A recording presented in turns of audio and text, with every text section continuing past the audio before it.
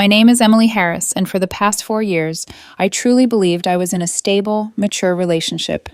Jason Scott, my boyfriend, my supposed best friend, was the kind of man who could charm a room without even trying. Confident, funny, endlessly social. I used to find that magnetic. Now I realize that charm has a dark side. It blinds you to what's real. It was a quiet Thursday night when everything shifted. Jason was in the shower, humming off key, his phone left on the couch. I wasn't snooping. I was just reaching for the remote when his phone buzzed. A message preview flashed across the screen. Cassandra. Can't stop thinking about last night. My chest tightened so fast it hurt. For a moment, I thought my eyes were playing tricks on me. Last night? Jason had told me he'd stayed late at work finalizing a project. My hands trembled as I unlocked his phone. He'd never hidden the password before because, as he always said, "You can check any time, babe. I've got nothing to hide." The chat was months long. Endless strings of flirty messages, late-night jokes, inside references, compliments that had once belonged to me.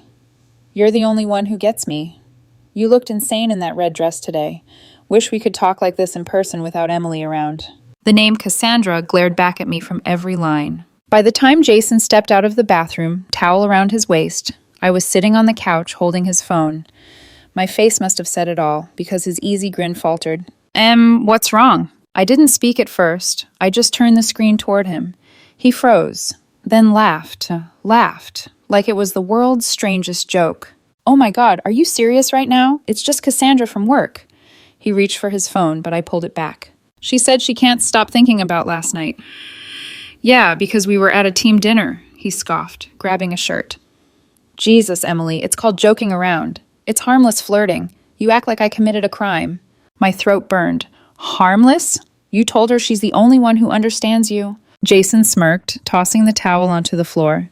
"You really need to stop taking everything so seriously. You used to be fun, remember?" That word, fun, cut deeper than I expected. He said it with that mix of amusement and condescension that only someone who knows exactly how to hurt you can manage. I stood up slowly. "So this is funny to you? Betraying me?" "It's not betrayal," he said, running his hands through his damp hair. "It's just talking. Everyone flirts, Emily. You're acting crazy." He walked past me as if the conversation were done, as if my heart wasn't sitting in pieces on the coffee table between us. And then, just before disappearing into the bedroom, he turned and added lightly, "If it bothers you so much, maybe try flirting with someone yourself. See how it feels." He smirked again, like he'd won some invisible argument, and shut the door behind him. The sound of it clicked in my ears long after. I stood there, frozen. The hum of the air conditioner, the faint scent of his cologne. Everything felt wrong now, tainted by the realization that the man I'd built my trust around saw my pain as entertainment. I sat on the couch again, scrolling through the messages until my hands went numb. His words were effortless, familiar, things he used to say to me in the early years, when he still saw me, when I was still his everything. Now he just looked at me like a responsibility. I remember whispering out loud, not even realizing it at first. Maybe I'm not the boring one after all. And in that moment, something shifted. The shock gave way to clarity, to quiet, cold resolve. Jason Scott thought this was a game. He was about to find out what happens when the person he underestimates decides to play it better. For 3 days, I barely spoke to Jason, not out of rage, but because I was watching. Jason Scott, 29, had the kind of arrogance that thrived on attention. When you stop reacting, he starts unraveling. He strutted around the apartment, making little comments like, "You're really going to stay mad forever, huh?" Or, "Don't give me that look, Em. You know it was harmless." Harmless, that word again. He said it like it was a shield that excused anything, and I realized he truly believed it. One night over dinner, he leaned back in his chair, smirking like the world owed him patience. "You know what your problem is," he said, twirling his fork. "You take everything to heart. You need to loosen up. Maybe flirt with someone, see how it feels. Then you'll get it." He laughed as if he'd just made a brilliant point, but I didn't laugh. I just smiled faintly and said, "Maybe you're right." His grin froze for half a second, because for once, I agreed too easily. That night, I went through my contacts.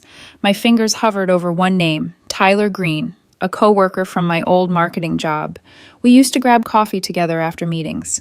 He was kind, funny, and once, at a company party, he'd admitted, half-jokingly, that if I weren't dating Jason, he'd ask me out in a heartbeat. Back then, I'd laughed it off. Now, I wasn't laughing. I sent a simple message. Hey, long time no see. How's work treating you? He replied within minutes. Emily Harris, wow, been ages. I'm good. You? The conversation was easy, natural. No expectations, no tension. Just light and warm. For the first time in weeks, I didn't feel small. The next morning, Jason noticed I was humming while making coffee. He squinted. Someone's in a good mood. Just slept better, I said. He didn't believe me, but he didn't know why yet. Over the next few days, Tyler and I talked more. Work, movies, his new photography hobby. His messages were thoughtful, real. Every time my phone buzzed, I caught Jason watching. The irony was delicious. He'd leave the room pretending not to care, then casually circle back. Who are you texting? Just a friend. Huh. Must be a funny friend. His smile never reached his eyes. That weekend, I told him I had dinner plans. He raised an eyebrow. With who? I looked him straight in the eye. A coworker. He laughed, too loudly. Wow, guess you're taking my advice. Guess so. I left before he could say more. Dinner with Tyler wasn't romantic. It was freeing. We laughed about old office drama. I didn't even bring up Jason. I didn't need to. Tyler made me remember what it felt like to be seen as Emily, not just as someone's girlfriend. When I got home, Jason was waiting on the couch, pretending to scroll through his phone. How was dinner? He asked without looking up. It was nice. With a guy? Yes. He smirked, but his fingers tightened around his phone. Good for you, he said flatly. Guess we're both allowed to have some fun now. He wanted me to feel guilty, but I didn't. For once, the balance had shifted. I went to bed that night feeling something I hadn't felt in months. Control. Over the next week, Jason became unpredictable. Some days, overly affectionate, bringing home takeout, complimenting me like nothing had happened. Other days, distant, snapping at small things. He was testing me, trying to reassert the power he'd lost. But I'd stopped playing by his rules. When he scrolled through his phone and smiled at a notification, I didn't ask who it was. When he stayed late at work, I didn't call. I simply said okay and went on with my night. Indifference, real, quiet indifference, was something he didn't know how to fight. A week later, he finally broke. We were watching TV when he blurted out, So, are you and this Tyler guy, like, a thing now? I looked at him calmly. Why? Does it bother you? His jaw clenched. No, just wondering. I smiled faintly. You said flirting was harmless. You of all people shouldn't care. His face hardened. It's different when you do it. That made me laugh. An honest, sharp laugh that caught him off guard. Oh, Jason, that's the problem, isn't it? It's only harmless when you're the one doing it. He didn't reply. He just stared, searching for something to say, something that would put him back in control. But there was nothing left to grab. Because for the first time since I met Jason Scott, he was the one standing on uncertain ground, and I was the one watching. By the second week, our apartment felt like a stage. Every word, every silence, performed. Jason Scott had started acting sweet. Too sweet. He'd bring me coffee in bed, kiss my forehead, call me M, like he used to. But it wasn't love, it was strategy. Because when a man like Jason feels his grip slipping, he doesn't apologize. He compensates. It was a Thursday night when I caught him staring at me across the couch. The TV played some mindless show neither of us was watching. He said carefully, I've been thinking, maybe we both took things too far. I raised an eyebrow. Too far? He set his phone down. You, texting Tyler. Me, messaging Mia. Maybe we both just needed validation, you know?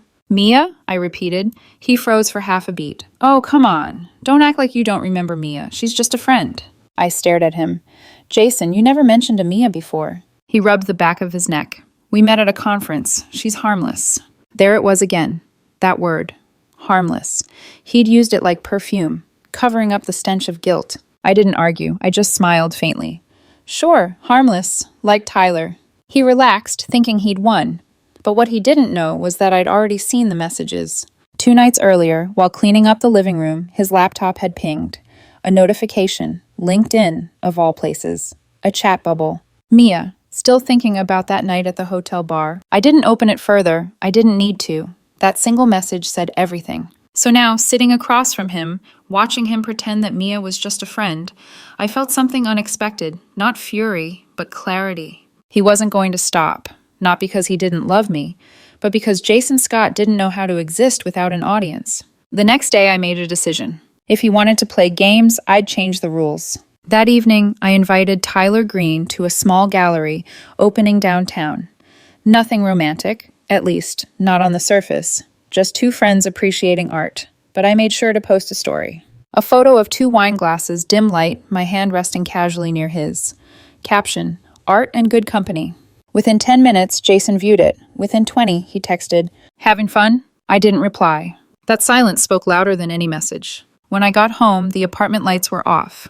But Jason was awake, sitting on the edge of the bed, elbows on his knees. "How was the gallery?" he asked, voice low. "Nice," I said simply. He stood up, pacing. "So, that guy Tyler, you into him now?"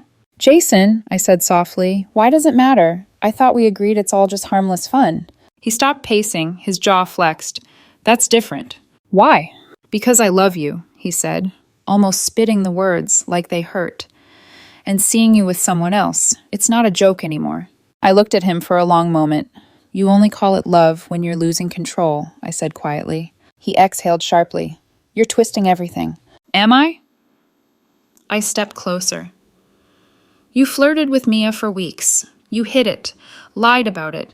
But when I have dinner with someone, openly, you suddenly care. That's not love, Jason. That's possession." His eyes darkened. "I can't believe you'd say that after everything we've built." I almost laughed. What did we build? A relationship where one of us always needs someone else watching? He didn't answer. That night, I slept on the couch. He didn't come out. At 2 a.m., I woke to the sound of muffled crying from the bedroom. Jason never cried. Not once in 4 years. But that night he did. And for the first time, I didn't go to him. Because I realized the version of Jason Scott I'd fallen in love with never existed. He'd been a projection. Charming, confident, magnetic. But underneath, he was fragile, desperate for validation. And the moment I stopped giving it, he broke. 2 days later, he showed up at my office during lunch break. He was holding a bouquet, roses, the same kind he used to buy when we first started dating. He smiled softly. "Can we talk, please?" Everyone in the lobby turned to look. He knew exactly what he was doing. Public scene, performative remorse. I stepped outside with him. I can't lose you," he said, voice cracking perfectly on cue. "I'll block Mia, delete her, whatever it takes. I swear it meant nothing." I tilted my head. If it meant nothing, why did you need it? He opened his mouth, but nothing came out. I smiled sadly. That's what I thought. I left him standing there with his perfect roses wilting under the afternoon sun. That night, I packed my things. Not dramatically, just the essentials. Clothes, laptop, a framed photo of my late mother. Jason didn't stop me. He just sat there, staring blankly at the wall, the weight of silence finally crushing him. When I reached the door, he whispered, I didn't mean to hurt you." I paused. "I know." Then I walked out. But as I drove away, something inside me twisted. Because even though I was finally free, there was a part of me that knew this wasn't over. Jason Scott wasn't the kind of man who let go quietly. He'd reach out again, not out of love, but because he couldn't stand the thought that I'd beaten him at his own game. And when he did, I needed to be ready. The weeks after the court case felt almost unreal. Cassandra vanished from the public eye, her relationship coaching business crumbling overnight. Her social media, once filled with motivational quotes and filtered smiles, was now a wasteland of angry comments and lost followers. Her online persona, the confident woman teaching others to control their partners with love and discipline, had collapsed under the weight of her own hypocrisy. Jason Scott tried reaching out, of course. Dozens of missed calls, long messages about misunderstanding, confusion, and how he just wanted to talk. But I, Emily Harris, 29 years old and finally free, didn't need closure, not from the people who built a cage around me and called it love. Every morning in my new apartment was proof that I had escaped. The sunlight streamed through open curtains, no longer forbidden. My breakfast was messy and delicious, pancakes with too much syrup and coffee that didn't have to be approved. The silence was no longer suffocating. It was peace. The freedom wasn't just physical, it was internal. After years of second-guessing myself, of apologizing for existing outside someone else's system, I finally trusted my own voice again. I could choose without fear, laugh without guilt, say no and mean it. Sometimes I replayed the last time I saw Cassandra, standing in the doorway of our old apartment, clutching her laminated relationship rules like a sacred text, her face pale when she realized the control was gone. She had built the system, trained Jason to enforce it, but she never imagined I'd walk away from both of them. That night, I celebrated the simplest way I could think of. I ordered pizza, watched a movie in bed, fell asleep halfway through without worrying about who I was disappointing. Freedom didn't come in grand gestures or perfect revenge. It came in quiet moments, brushing my hair without permission, singing in the kitchen, feeling peace instead of tension. I didn't hate Jason anymore. He had been molded, controlled, and in his weakness, he became part of the system that hurt me. Maybe one day he'd find himself too. But that was no longer my battle to fight. Emily Harris had taken her life back.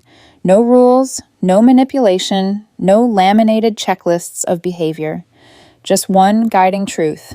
I am enough, exactly as I am. And somewhere, if Cassandra was still rewriting her perfect relationship manual, it didn't matter. I had already torn the final page.